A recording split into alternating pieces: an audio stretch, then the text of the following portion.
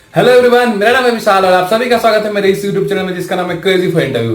तो दोस्तों, आज हम बात करने वाले हैं उस 5 टेक्निकल स्किल्स के बारे में जो आपके लिए मैंडेटरी है। दैट मीन्स अगर आप किसी कंपनी के लिए या कैंपस प्लेसमेंट्स की तैयारी कर रहे हो तो आपके पास ये 5 स्किल होने ही चाहिए। करने से पहले मैं आपको कुछ बताना चाहता हूँ। जैसे बहुत सारे मिथ होते हैं लोगों के मन में, जैसे कि मुझे सी भी आनी चाहिए, C++ भी आनी चाहिए, पाइथन भी आनी चाहिए, जावा भी आनी चाहिए। बहुत सारे मिथ होते हैं लोगों के दिमाग में, तो मैं आपको वो सारी चीज़ें भी क्लियर कर दूंगा इस वीडियो में कि आपको क्या पढ़ना है और क्या नहीं पढ़ना है। ठीक है, तो चलिए स्टार्ट करते हैं इस वीडियो को। तो जो सबसे पहली स्किल है और सबसे ज़्यादा इम्पॉर्टेंट है वो है सी प्रोग्रामिंग स्किल्स। तो अब आप पूछोगे कि सी क्यों ज़रूरी है। तो सी इसलिए ज़रूरी है क्योंकि अगर आप कोई भी कम्पिटेटिव टेस्ट दे रहे हो, मतलब ऑनलाइन टेस्ट दे रहे हो, प्रोग्रामिंग टेस्ट, तो उसमें जनरली लैंग्वेजेस तो बहुत सारी होती है, C++, जावा, पाइथन, ठीक है, जावास्क्रिप्ट, ये सारी लैंग्वेजेस भी होती हैं उसमें।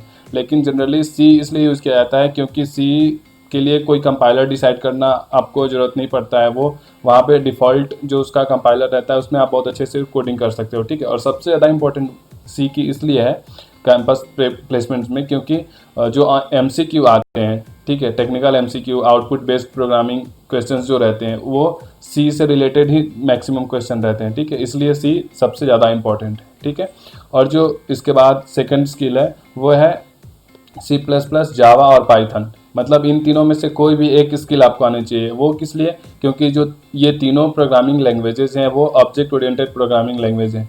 तो ये आपको ऑनलाइन टेस्ट में उतना काम नहीं आएंगे, लेकिन सबसे ज़्यादा ये काम आते हैं इंटरव्यू में। क्योंकि जब भी आप इंटरव्यू देने जाते हो तो आपसे वो पूछते हैं कि आपका फेवरेट प्रोग्रामिंग लैंग्वेज कौन सा है। ठीक है, तो वो फेवरेट प्रोग्रामिंग लैंग्वेज जो जनरली होना चाहिए आपका, वो होना चाहिए ऑब्जेक्ट ओरिएंटेड। क्यों? क्योंकि मैक्सिमम जो काम होते हैं वो उप्स बेस्ड ही काम होते हैं कंपनीज़ में। ठीक है, तो वहाँ पे हमें ऑब्जेक्ट ओरिएंटेड टेक्नोलॉजीज़ यूज़ में आते हैं हमारे। ठीक है, तो और उसमें सबसे ज़्यादा यूज़ में आता है क्या? उप्स।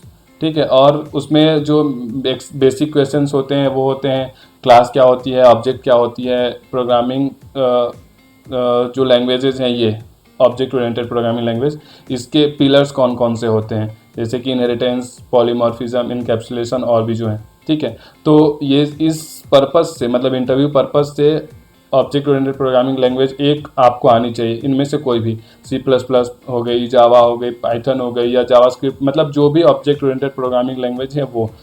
ठीक है, तो ये हो गई अपनी दूसरी स्किल।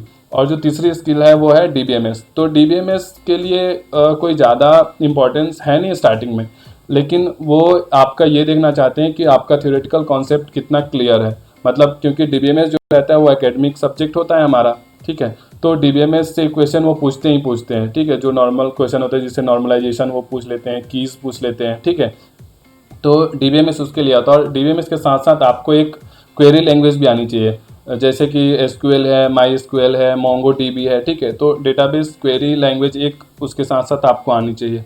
ठीक है, तो ये हो गई अपनी तीसरी स्किल्स। ठीक है, अब इसके बाद हम बात करते हैं चौथी स्किल के बारे में, ऑपरेटिंग सिस्टम। तो ऑपरेटिंग सिस्टम से भी क्वेश्चन उनका पूछने का रीज़न एक ही होता है कि आपका एकेडमिक स्किल्स देखना चाहते हैं, मतलब थ्योरेटिकल कॉन्सेप्ट और इस पे बेस्ड प्रोग्रामिंग क्वेश्चंस भी होते हैं ऑपरेटिंग सिस्टम से रिलेटेड, एल्गोरिदम से रिलेटेड, जो जैसे शेड्यूलिंग एल्गोरिदम हो गए और भी बहुत सारे इसमें एल्गोरिदम यूज होते हैं ऑपरेटिंग सिस्टम में। ठीक है, तो उस पर्पज से ऑपरेटिंग सिस्टम के क्वेश्चन पूछे जाते हैं।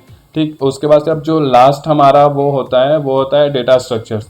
अब डेटा स्ट्रक्चर्स में क्योंकि डेटा स्ट्रक्चर्स एक आप लोगों को ऑलरेडी पता है कि डेटा स्ट्रक्चर एक बहुत बड़ा एरिया है। ठीक है, तो डेटा स्ट्रक्चर्स में दो चीज़ें होती है, एक होता है थ्योरेटिकल कॉन्सेप्ट और दूसरा होता है इम्प्लीमेंटेशन कॉन्सेप्ट। ठीक है, तो अगर आप सर्विस बेस्ड कंपनी के लिए प्रिपरेशन कर रहे हो, ठीक है, तो डेटा स्ट्रक्चर्स के मेन जो टॉपिक्स हैं, ठीक है, मतलब आपको थ्योरेटिकली बहुत अच्छे से आना चाहिए। ठीक है, और अगर आप जैसे नॉर्मल क्वेश्चन जो उसके होते हैं वो भी आपको सॉल्व करने आना चाहिए। ठीक है, जैसे अगर मैं ट्री की बात करूँ तो उसमें इनफिक्स प्रीफिक्स जो होते हैं वो आपको करने आना चाहिए कॉपी पेन पेपर पे। ठीक है, लेकिन अगर आप उसके इम्प्लीमेंटेशन की बात करो तो वो थोड़ा लेंदी होता है, और वो सारे question generally product based companies जो होती हैं, SAP लैब्स वगैरह, तो उसमें डेटा स्ट्रक्चर के इम्प्लीमेंटेशन लेवल के क्वेश्चन से ही वो शुरू करते हैं। ठीक है, अगर आप डेटा स्ट्रक्चर बताते हो तो।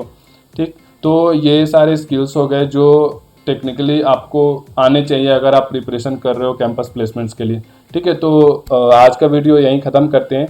मुझे उम्मीद है कि आपको ये वीडियो पसंद आया होगा। अगर ये वीडियो आपको पसंद आए तो प्लीज़ इस वीडियो को लाइक